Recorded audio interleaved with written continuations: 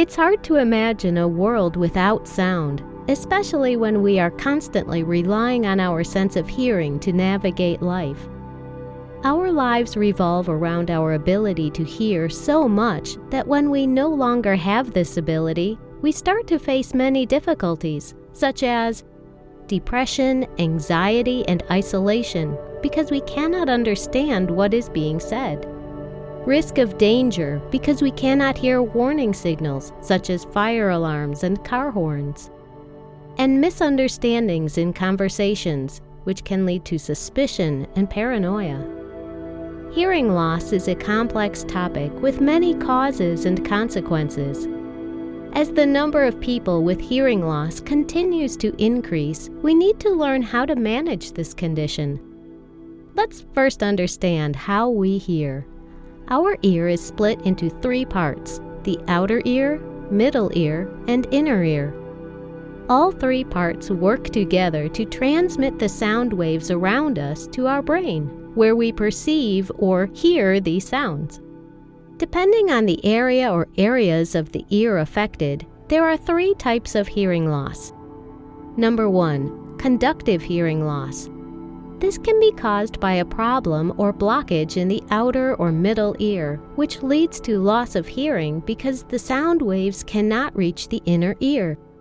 In most cases, removing the blockage or treating the problem can restore the person's sense of hearing. Number 2, sensorineural hearing loss.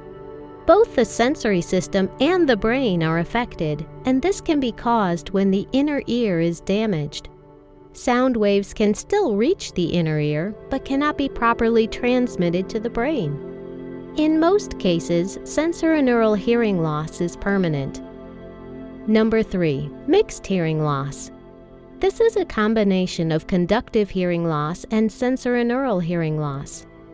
Hearing loss can happen gradually and may be unnoticeable until the people around us point it out. So how do we know if we have hearing loss? Here are some signs to look out for. Hearing muffled speech and sounds. Having difficulty understanding words, especially when there is background noise.